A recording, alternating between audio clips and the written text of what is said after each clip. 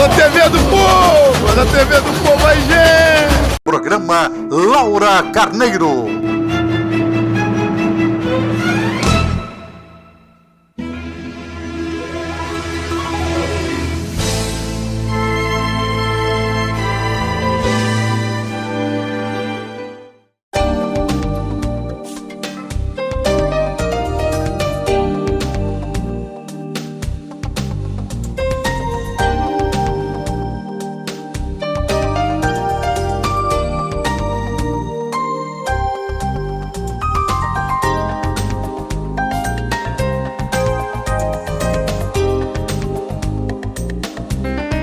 Amigos e amigas da TV do Povo, toda a população de Nova Friburgo, da região, tomou ciência da atitude desta mulher guerreira.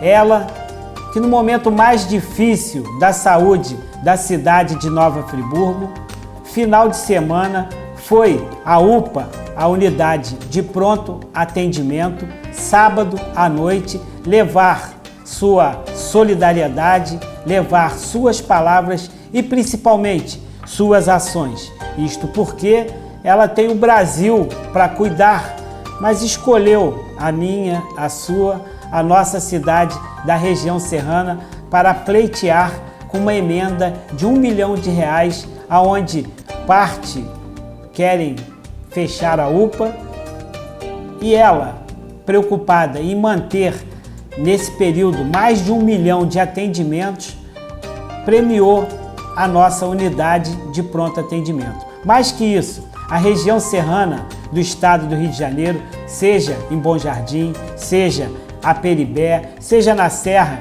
em Cachoeiras de Macacu e em vários municípios do nosso estado, são contemplados com emendas de suas ações. Junto conosco, ela, nossa amiga, deputada Laura Carneiro. Tudo bem, deputada? Tudo bem, prazer enorme estar com você, Marcos, como sempre. Esse programa que é não só visto por toda a região, mas lembrado e aplaudido por toda a região. Que bom, deputada. Mais que isso, o momento de aplauso é seu. Isso porque a gente sabe que lá na região temos representatividade, mas que no fundo não geram ações que melhoram a qualidade de vida do nosso povo e da nossa gente. E o seu pai, que sempre teve um carinho para a nossa cidade, e a senhora também, deputada, tomando essa ação com relação à liberação de R$1 milhão para pleitear a UPA. A gente sabe que foi feita a emenda e eu queria começar da seguinte forma: como é feito esse processo de liberação a partir do momento da sua escolha em pleitear a unidade de pronto atendimento? Nós fizemos para o orçamento de 2018, especialmente para a cidade de Friburgo, de Nova Friburgo, uma emenda de custeio da saúde, portanto, uma emenda para ser utilizada na UPA. Para ser bem claro, qual a diferença da emenda de investimento para a emenda de custeio? A emenda de investimento compra equipamentos, faz reformas, constrói áreas. E a emenda de custeio é o dia a dia, é o remédio do cidadão, é o pagamento da vida, do dia a dia daquela unidade de saúde. Que bacana. Que é o que é mais importante, porque é o que a gente precisa, né? Que é a compra vamos dizer, do material que é utilizado para o atendimento dos pacientes, que é o dia a dia de qualquer unidade de saúde. E o que é o mais difícil hoje, porque... O que é mais difícil porque é o que os prefeitos mais gastam dinheiro, porque a saúde é cara, né? É tripartite, né? Governo federal, estadual e municipal. Mas o estadual acho que não tem... Não, na verdade, para o município de Friburgo, com uma emenda de bancada, nós conseguimos uma emenda grande para a saúde. O que é uma emenda de bancada para o nosso telespectador entender? Uma emenda de bancada é aquela emenda feita por todos os deputados. Os 46. Os 46. Então, nós temos todo ano 2 emendas de bancadas que são as prioritárias. No ano de 2017, as emendas prioritárias foram a saúde e segurança pública. Da mesma maneira em 2018, para o orçamento de 2018. Em 2017, nós conseguimos liberar 136 milhões para todo o estado. 136 milhões. Para todo o estado. E Friburgo também foi contemplada com mais de 3 milhões, especificamente também na área de saúde. O governador fez uma ação homenageando os deputados. Isso. O governador fez um evento. O Pezão. Todos nós, o governador Pezão, todos nós estivemos lá e vários prefeitos, inclusive o prefeito de Friburgo, onde nós entregamos, então, um cheque, digamos... Nós, aqueles deputados federais que destinaram verba para a cidade. Isso, não, geral, vamos dizer. A bancada. A bancada, né? Entendi. Aí não eram questões, vamos dizer, não era uma emenda individual, como a gente Entendi. chama, que é emenda só do deputado. No caso de Friburgo, nós fizemos aí uma emenda individual, que é para a UPA, no valor de R$1 milhão, que será destinado em 2018. Então, em 2018, a emenda é empenhada e paga ao longo do ano para que Friburgo possa se utilizar desses recursos na manutenção da UPA. Em 2018. Em 2018. Mas já em 2017, com a liberação desses dinheiros, de mais de 3 milhões para a cidade de Friburgo, provavelmente, com esses recursos, o prefeito poderá também se utilizar desse recurso, deve ter se utilizado desse recurso para ajudar a UPA e as outras unidades da cidade.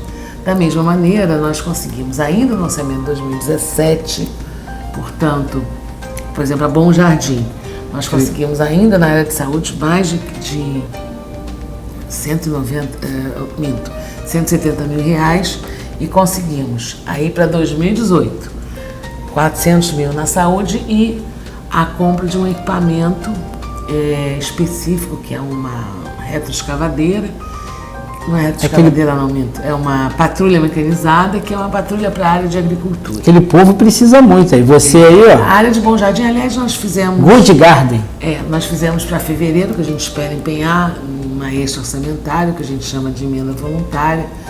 Também aí para as 4 cidades, né? Para Bom Jardim, para Duas Barras, para Cantagalo e para Cordeiro, né?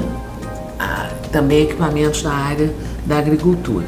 Foi um pleito 2 secretários de agricultura de cada uma das cidades e a gente está tentando, isso vai tentar em fevereiro, ver se a gente consegue viabilizar essas máquinas, porque a gente sabe da importância, não só para a região serrana, mas da importância de quase todo o estado da nossa área de agricultura, né? Esse é um setor que cresce na economia brasileira, que é hoje vital para todos nós. Então nós estamos tentando, aí não como emenda, mas que a gente chama de extra, que na verdade é o que a gente chama de proposta voluntária, tentar conseguir esses recursos para essas máquinas. Agora já conseguimos também, no ano passado, por exemplo, a Peribé, também na área de odontologia e na área de saúde em geral, mais 195 mil reais, conseguimos aí já para 2018, mais 400 mil para Cachoeiras, ainda em 2017, 500 mil para um trabalho na área de turismo e mais 600 mil como emenda para 2018 na área de saúde, mas nós, na verdade, em Cachoeiras já foi para 2017.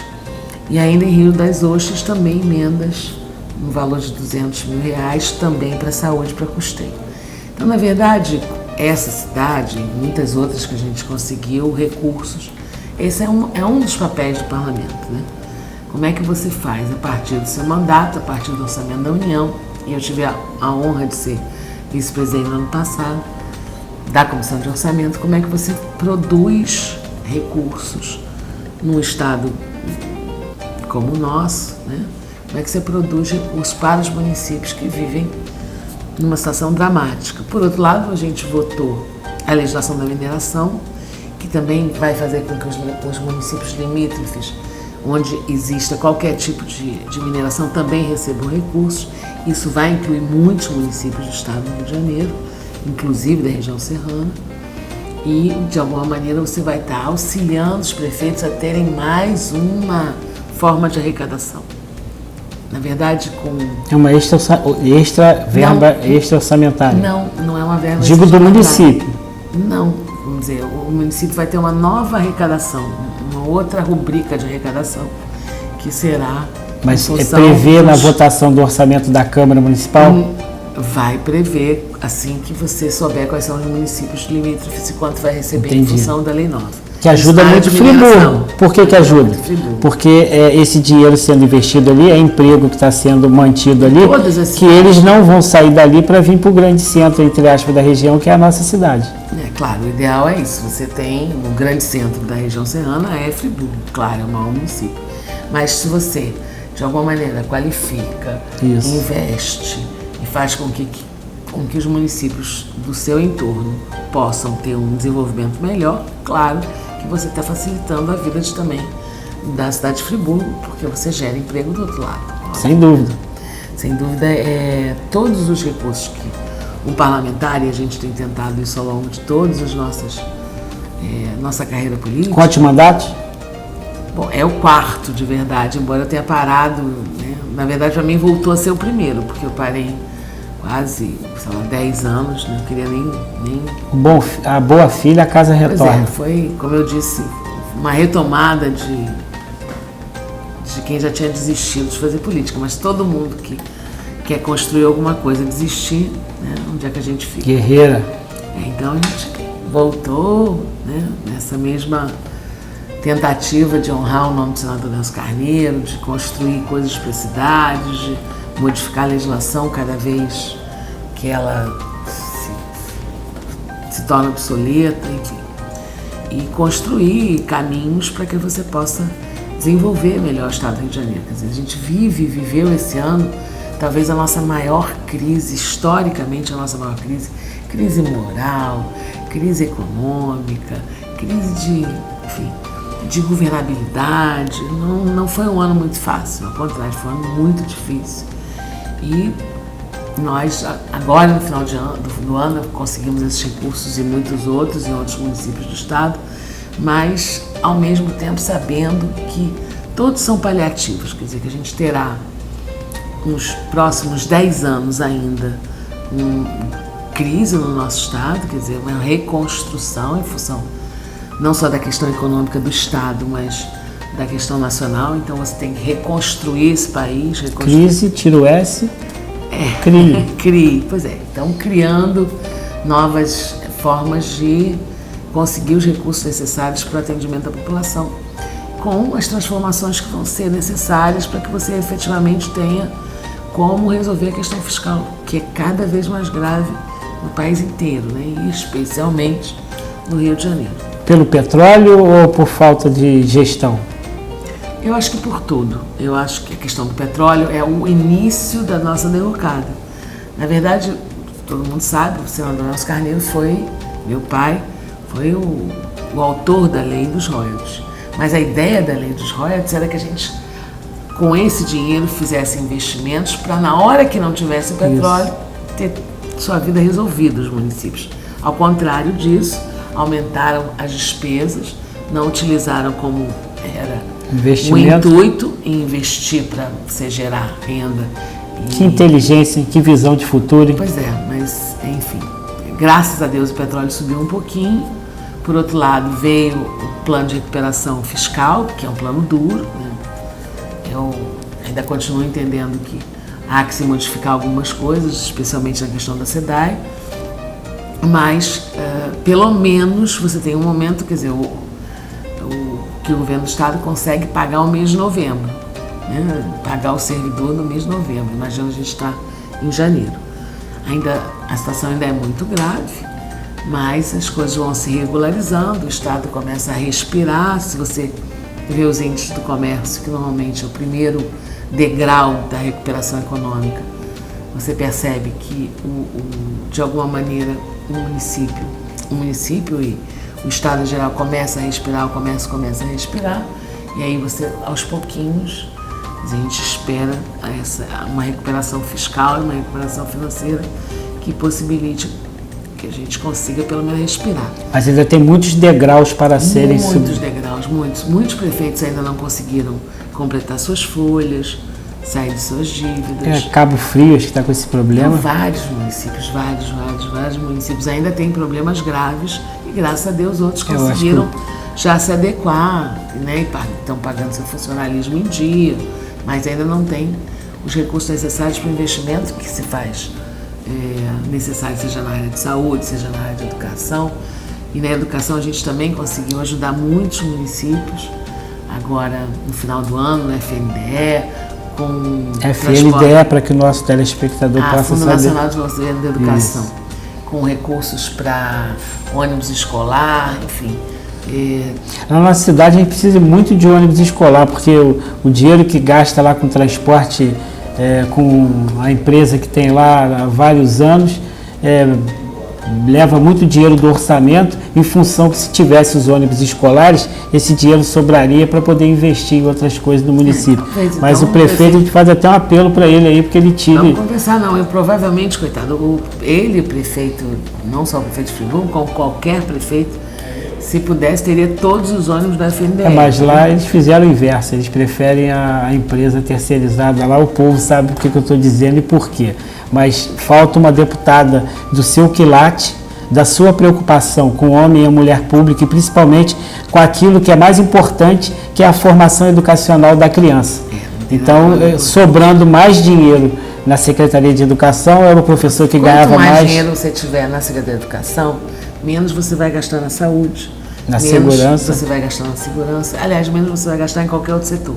Porque todas as vezes que você investe em educação, de alguma maneira você está preparando aquele povo para se alimentar melhor, se organizar melhor, viver melhor e, portanto, vai ocupar menos hospitais, menos pessoas terão doenças e você vai ter um orçamento gasto nas questões principais.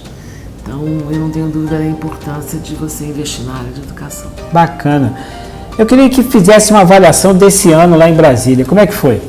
Um ano duro, complicadíssimo. 2 denúncias contra o presidente da República, né? Quase. E como a deputada votou? Eu votei a favor da investigação nos 2 casos. Por quê? Porque eu acho que qualquer ser humano tem o direito de errar, mas tem que ser investigado e se errou, tem que ser punido. Eu acho que essa e se não errou, e se não errou, tem que ser absolvido. Não pode ter medo. Não é não ter medo só. Acho que qualquer cidadão tem o direito à defesa. Qualquer. Seja o presidente da República, ou seja a pessoa mais humilde daquela cidade. Mas todas as pessoas têm o direito à defesa, mas não é justo também que o cidadão, que é a representação do cidadão que é feita pelo Estado através do Poder Judiciário, não tenha o direito de ter, de alguma maneira, punido aquela pessoa que cometeu o ilícito. Não existe ninguém acima da lei. Nunca existirá. Só Sempre Deus. Esse é acima de tudo. Aí a lei dele está fora da lei dos homens e está na lei. Outra lei. Mas nem ele seria fora da lei. Né? Mas não tenho dúvida nenhuma de que ninguém pode deixar de ser investigado ou julgado. Claro que é uma questão, foi um momento duro do Congresso, foram medidas duras de serem tomadas, mas que, de alguma maneira, o Congresso decidiu da maneira que... Esse é o parlamento que a gente elege, então, quem elegeu o parlamento Mas a sua parte foi feita... Eu tive o entendimento de que o presidente devia ser investigado como qualquer cidadão. E não estou aqui para julgar como votou cada deputado. Cada deputado vota de acordo com o seu eleitor, de acordo com a sua consciência, de acordo com a sua visão. Eu votei de acordo com a minha visão. Então deixa eu te fazer uma pergunta. Fala. A deputada não é do PMDB e o presidente é do PMDB? Como é que é isso? Eu sou do MDB. Né? Do antigo entendi. MDB. Não é nem do tá atual MDB, não. Tá explicado, tá explicado. Estou brincando, mas eu acho que assim, é mais grave do que isso. Você pode ser de um partido político, não significa dizer que você tem que obedecer a um partido político. Tentaram te punir? Se isso for, me puniram e vão continuar punindo. Claro que dificilmente eu fico no PMDB, pelas condições que se criaram, é difícil você ficar num partido que não entende a sua posição. E aí não respeita, mais que isso. Não respeita, porque te pune em função de uma posição de uma matéria que não era uma matéria ideológica e não era uma matéria de governo. Né? A deputada a Laura votou contra um tema que era um tema de governo. Não era um tema de governo. Era um tema de foro íntimo. De como cada um atitudes pessoais. Como é que você entende que seja. Exatamente. E aí, esse foi o erro da punição. Até porque o PMDB nunca puniu ninguém. Eu acho que eu fui a primeira... os 5 deputados que votamos contra as denúncias, fomos os 5 do Rio de Janeiro. Do Rio de Janeiro, do PMDB, só eu. Não, minto. Eu, deputado Celso Pancero. Lá de Caxias. De Caxias, então. Nós 2 fomos os 2 deputados que votamos contra do PMDB no Rio. Tem que ter peito, hein? Eu sei. Não, eu acho que é mais do que ter peito. Eu acho que tem convicção. Né? Saber o que está fazendo e honrar quem você representa. Eu não cheguei à Câmara Federal ou ao mandato à toa. Eu tenho uma história de vida, uma história familiar que tinha que ser honrada, né? Foi o que eu disse ali, no tempinho que a gente tem de 30 segundos. Quando eu disse que eu representava o MDB de Nelson Carneiro, de Ulisses Guimarães, e eram esses que eu seguiria. Foi com eles que eu aprendi a fazer política. Não falou do Marighella, não, né? Teve um deputado lá que defendeu o Marighella. Eu nunca fui uma mulher de extrema esquerda. Respeito todas as convicções políticas. Olga Bernardi? Não, mas eu respeito, acho que cada um, da sua maneira, lutou por alguma coisa, né? Não sei se... hoje eu repenso se... Naquela época se buscava simplesmente democracia ou não, mas hoje a gente busca a democracia, que é o que interessa. O que nos une é entender que um Estado democrático é o Estado de Direito, e o Estado de Direito é o melhor para a sociedade, né, civilizada que a gente entende que seja a brasileira. Então, não tenho nenhuma preocupação, absolutamente tranquila com o meu voto. Foi um voto dado com consciência, mas como estava te dizendo, foi um ano difícil. Consciência e consequência. E consequência da consciência da consequência, né? A gente sabia o que ia acontecer e nem por isso deixou de tomar atitudes que tem que ser tomada. Além dessa questão? Além dessa questão, foi um ano duro, né? Questão econômica do Rio, né? Um ano, imagina um servidor sem receber salário, as pessoas ameaçadas da privatização. O que a deputada acha? Acha que é em função da corrupção que houve anteriormente? Eu acho que é em função da irresponsabilidade do que aconteceu. De nenhuma previsão do que poderia acontecer. Foi o que eu disse. Em função dos desvios? Não é. Eu acho que os desvios, a questão é tão maior que os desvios só complicaram a situação, mas a situação é muito maior, muito mais ampla do que isso. Eu acho que é a condução mesmo, a gestão. Como é que, de repente, você... Governar é escolher. Governar é escolher. As escolhas, então... As escolhas não foram, no meu entendimento, as melhores. Claro que talvez devem ter sido as mais políticas, as que a população mais gostou, eventualmente, né? Senão não tinha feito sucessor. Mas nem sempre foram as mais responsáveis, né? Às vezes você não consegue dar um aumento e a Assembleia concedeu 70 categorias, em alguns casos, aumentos impossíveis. A própria Assembleia com Pisciani teve esse tipo de atitude? Não, aí não é o presidente Pisciani ou a Assembleia. São matérias que vêm do Poder Executivo. Mas eu digo a própria estrutura do Legislativo do Estado. Não, a estrutura do Legislativo do Estado não implica em aumento de despesa. Entendi. Não é por aí. A questão não é essa, a questão é maior. É de gestão mesmo. Quer dizer, como é que você vive de um dinheiro que pode não existir? Foi o que aconteceu. Quando o petróleo baixou, como é que paga? Como é que você programa... Mas o Nelson Carneiro lá atrás previu. Sim, mas como é que você programa uma gestão com... uma coisa teve um dinheirinho a mais, eu vou gastar para investir. Outra coisa na minha despesa corrente, no meu dia a dia, que eu vou ter que pagar todo mês, eu não posso pensar em pagar todo mês aquela conta, se aquele meu dinheiro pode vir ou não. Deixa eu lhe fazer mais uma pergunta. Pode. A questão do José Serra, a gente sabe que são dois extremos. Um foi o Nelson Carneiro, que previu a questão dos royalties para poder manter a qualidade de vida do povo do estado do Rio de Janeiro.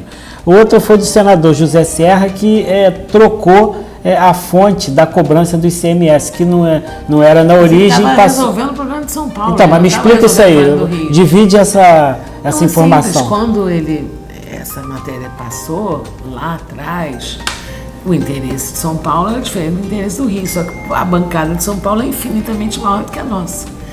E o Rio de Janeiro, somos poucos deputados. 46. Sim, só 46. São Paulo são mais de 70.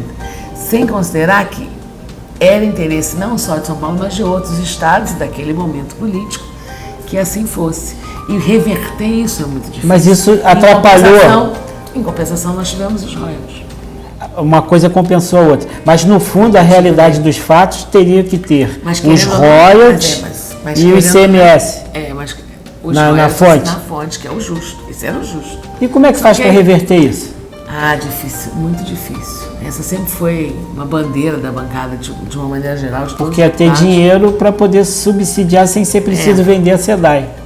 Não, vender a SEDAI para mim, eu estava lendo uma matéria outro dia, né, um estudo sobre os valores da SEDAI, então é criminoso pensar em privatizar a SEDAI. É criminoso, os valores são ínfimos. Marcelo Alencar aí, ele privatizou o Estado todo. Mas sempre quiseram privatizar a SEDAI. No final do governo ele quis, né? Sempre quiseram, mas nunca conseguiram. E eu acho que não vão conseguir de novo. Até porque, na verdade, o que se tem hoje, a garantia foram as ações da SEDAI. Mas para que a SEDAI entre em privatização, um processo de privatização, que você não sabe qual é, o BNDES tem que apresentar ainda esse modelo de privatização. Não demora muito se for executar. Eu acho que demora, como a gente está no ano eleitoral, se Deus quiser, o outro governador aí terá o compromisso de pagar a dívida, que eu acho que é a vontade do Pezão também, pagar a dívida com a União, sem que para isso a gente perca a SEDAI. Por quê? Eu queria que as pessoas pensassem, se lembrassem de como era com a Light. Você imagina o seguinte, você acha que uma empresa privada vai fazer esgoto ou vai se preocupar com o esgoto de uma favela da cidade do Rio de Janeiro? De forma alguma. Pois é, então esse é o problema da cidade. Custo-benefício, ele sabe que se ele fizer lá, ele não vai ter o retorno. Não vai ter o retorno. Então, assim, as áreas mais empobrecidas da população sofrem muito. Não tem esgoto. Aliás, um país como o nosso, que ainda não tem esgoto tratado, é um completo absurdo. Talvez essa seja a maior deficiência do Brasil, que é a questão do saneamento. Os números de saneamento são muito baixos. Aí vem saúde, educação, tudo em função do falta de... Principalmente a questão de saúde, que normalmente é um complemento da falta de saneamento. Os índices crescem por isso. E aí vem o tal do chamado IDH, que é o Índice de Desenvolvimento Humano, que é quando você vai verificar as condições de habitação daquela família, de saúde daquela família, de educação daquela família. É uma inconsequência? A pessoa tomar atitude sem pensar no que vai acontecer no futuro, já sabendo o que vai acontecer para o mal. É uma inconsequência que, às vezes, a própria população cobra que o político tenha. Quer resolver naquele momento, depois joga para o outro. E o outro recebe a consequência do que tem que resolver sem poder resolver, às vezes. Entendi. E com relação a essas votações desses temas polêmicos, né, que tem sido o posicionamento aí dos deputados no seu modo de ver no dia a dia? Eu acho que, assim, cada um de nós representa o seu eleitorado, a sua visão de mundo, a sua visão de cidade. E é sempre difícil, porque alguns têm um interesse, outros têm outro. Seus eleitores são muito participativos, eu tenho acompanhado as suas... Eu quero que todo mundo participe, entre na rede social, isso, eu tenho acompanhado. Xingue, fale, sugira. E elogie, que eu tenho encontrado muitos elogios. Elogiar também é bom, a gente isso. E seu futuro político, como é que está sendo traçado a sua trajetória? A gente está agora trabalhando nessa questão partidária, porque todo mundo sabe, inclusive os dirigentes do PMDB, que eu não fico no partido. Não fica no PMDB? Não Por que não fica? Não fico porque não é mais o meu PMDB, o PMDB que eu acreditei que pudesse transformar o mundo. Enfim, transformar o Brasil. Ilusão? Não, utopia? Decepção. Eu acho que decepção. Acho que foi um partido que foi construído para isso. Né? E que tem uma visão de mundo diferente da minha. Fisiológica? Muito, no meu entendimento. Mais do que precisava. Quais são as linhas que a deputada enxerga de futuro? Sei, aí vamos futuro Tá a estudando? Deus. Estou estudando. A Deus pertence? A Deus pertence. Mas a sua pré-candidatura já se eu arrumar um partido político que me aceite. Com certeza vários deles aceitarão. E a gente sabe que aquele que não aceita, o problema não está com a deputada, está com o próprio partido. Que não tem as convicções de uma pessoa honesta, trabalhadora e guerreira. A ideia é que a gente vá para um outro partido político, seja candidato a deputado, e aí vamos ver, o povo vai julgar o trabalho da gente, ver se é possível ou não. Como é no seu dia a dia exercer o mandato de deputada federal? Diferente do que foi na primeira fase. Por quê? Porque o mundo é diferente, as pessoas são diferentes. A internet? A internet é diferente, mas mais grave, eu acho falta de dinheiro? Não, isso sempre foi, nunca mudou.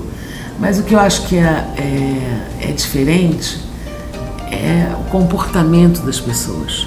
Eu fazia política numa época que você conseguia explicar o que você fazia, você não era taxado. Comícios. Não, também. Não é isso, você não era Reuniões. taxado simplesmente. Entendi. Né? Nivelado Agora, por baixo. Nivelado, agora é como se você tivesse uma tarde, eu sou político, sou um monstro, eu não sou. Não é assim. Mas tem muita gente que pensa assim. Então é uma mudança de consciência, você tem que explicar, tem que mostrar, tem que provar. Mas também se a gente desiste de fazer política. Porque Eu tenho um amigo meu, quer dizer, é um texto que ele repete sempre, que ele diz assim, não adianta a gente dizer que não gosta de política, porque todos nós seremos governados sempre por um político. Então, está na vida da gente, no dia a dia da gente, é o governador, é o prefeito, é o deputado, o senador, o vereador, que fazem parte da vida da gente, porque decidem, de uma maneira geral, a legislação e a execução das ações nas nossas cidades, na nossa vida, em outras palavras. Entendi. Elegendo-se na próxima eleição, que com certeza isso vai acontecer, Amém. Os 4 próximos anos, como pretende atuar?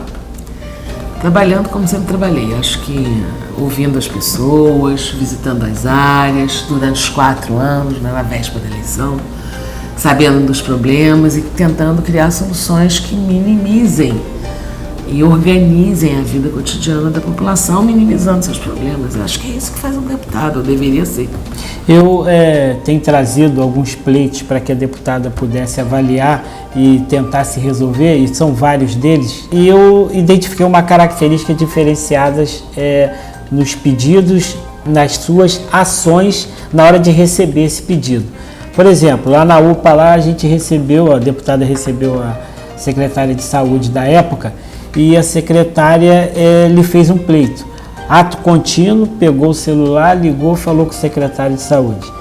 Eu hoje trouxe um professor que lhe fez um pleito. Ato contínuo, pega o celular, liga para o secretário de educação e fala. É uma forma de ser.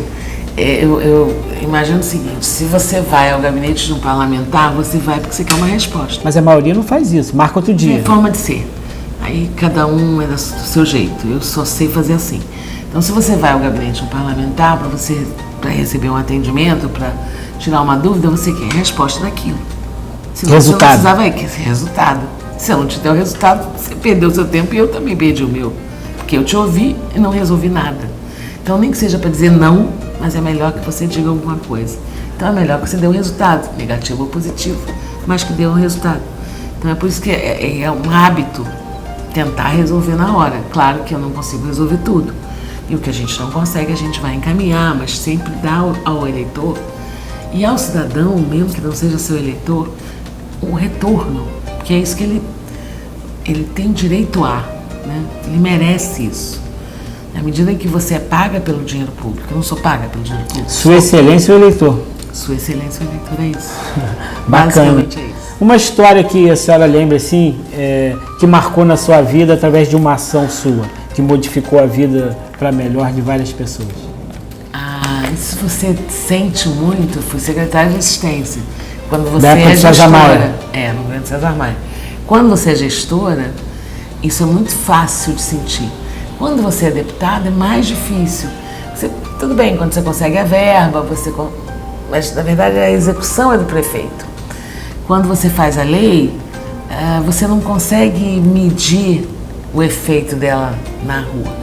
Agora, quando você é gestora, né, do executivo, aí você vê, na verdade, nos olhos das pessoas o efeito daquilo. Entendi. Né? Obrigada, deputada. Obrigado, Laura, por ter me ajudado. Laura, não é isso não. Se não você fosse resolveu você, a vida da pessoa. se não fosse você...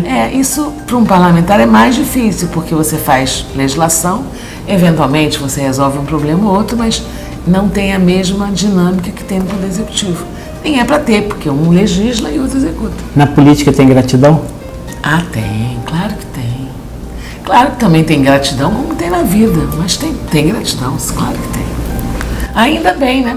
Ou tem gratidão, ou tem aquele ritmo da graninha, né? Do R$100 do dia da eleição. R$100 do dia da eleição, que assim, comigo nunca teve e não vai ter. Então, graças a Deus, tem gratidão. É o mandato seu, o mandato do povo, não é o deputado que fala, eu estou aqui para votar de acordo com o meu interesse, porque eu comprei o voto e eu paguei. Eu tenho a consciência tranquila de que eu não faço isso e que cada vez mais será difícil. Porque na legislação que nós aprovamos, primeiro diminuiu o valor que você vai poder gastar na eleição. Hoje está em quanto? Gastava milhares. Não, hoje não tinha valor, você podia gastar quando fosse. E hoje, pela lei nova, né, será na próxima eleição, um deputado estadual poderá gastar até R$1 milhão, que parece uma fortuna. E né? E um deputado federal até 2,5 milhões. Mas se você for ver declarações antigas de outros, de deputados federais da eleição de 2016, gastaram infinitamente mais do que esse valor. Eu não cheguei nem perto desse valor, mas... Ganhou um mandato de maneira honrada. Mas, enfim, é claro que você disputa, a disputa não é leal, porque você vai com um canhão e o outro vai com um exército de canhões. Mas... E os presidenciáveis, como é que a senhora está vendo? Bolsonaro, Ciro... Vamos esperar um nome... Lula... Vamos esperar um nome do campo... Alckmin... Vamos esperar um nome do campo de centro que tenha propostas efetivamente consistentes para o país. Né? Acho que é isso que a gente tem que fazer um pouquinho. Deputada, a gente sabe que a deputada está com horário avançado, já daqui a pouco já vai pegar o voo para Brasília e vai para lá para continuar trabalhando para o povo. Eu queria que a deputada se utilizasse da tela da TV do Povo, que deixasse uma mensagem de otimismo, de esperança, para que toda aquela população que nos dá o privilégio de estar sintonizado possa e com certeza constatar a sua motivação de ajudar as pessoas. Eu acho que desejar que esse 2018 seja sempre melhor. Eu brinco que quando a gente passa ano novo, vê os fogos, acha tudo lindo, mas no dia seguinte a vida continua. E ela tem que continuar mesmo. E eu não tenho dúvida que ela só pode melhorar. Pior do que está, eu sempre digo, não vai ficar. Então a gente tem que ter a esperança de que a vida vai melhorar nas nossas relações pessoais, vai melhorar na nossa relação de trabalho, vai melhorar para as pessoas. Eu acho que é isso que a gente sonha, a gente espera, a gente trabalha para, né, no sentido de que a vida das pessoas efetivamente se transforme, sempre para melhor. E eu sou uma pessoa de fé, eu acho que eu acredito em Deus, e quando você acredita numa força como a de Deus, você tem que acreditar que as coisas podem de verdade melhorar. E nós já tivemos pior, né? Eu acho que agora, como eu estava dizendo, mesmo com as condições ruins que a gente ainda tem no Estado, as coisas estão melhorando e vão melhorar, e a gente tem a chance de achar um bom nome para o governo daqui a pouco, no final do ano. Vamos eleger, vamos ser candidato, mas se não for a Laura, eu acho que as pessoas têm que pensar, olhar, examinar e achar o seu melhor nome, mas não pode deixar de votar. Porque, como eu disse, alguém vai te governar. É melhor que você tenha participado disso, que você tenha influenciado nisso para você poder cobrar melhor. É isso. Obrigado. Para todos nós. Obrigada. Parabéns, deputada. Obrigada. E com estas imagens, a gente vai terminando mais esta transmissão. TV do Povo, a lente da verdade.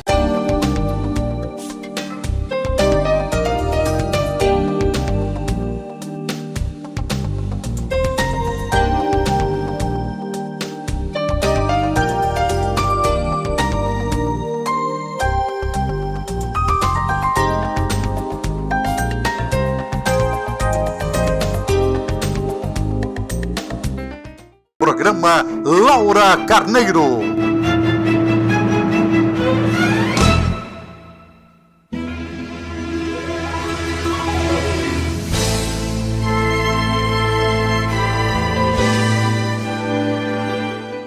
Alô, TV do Povo! Na TV do Povo!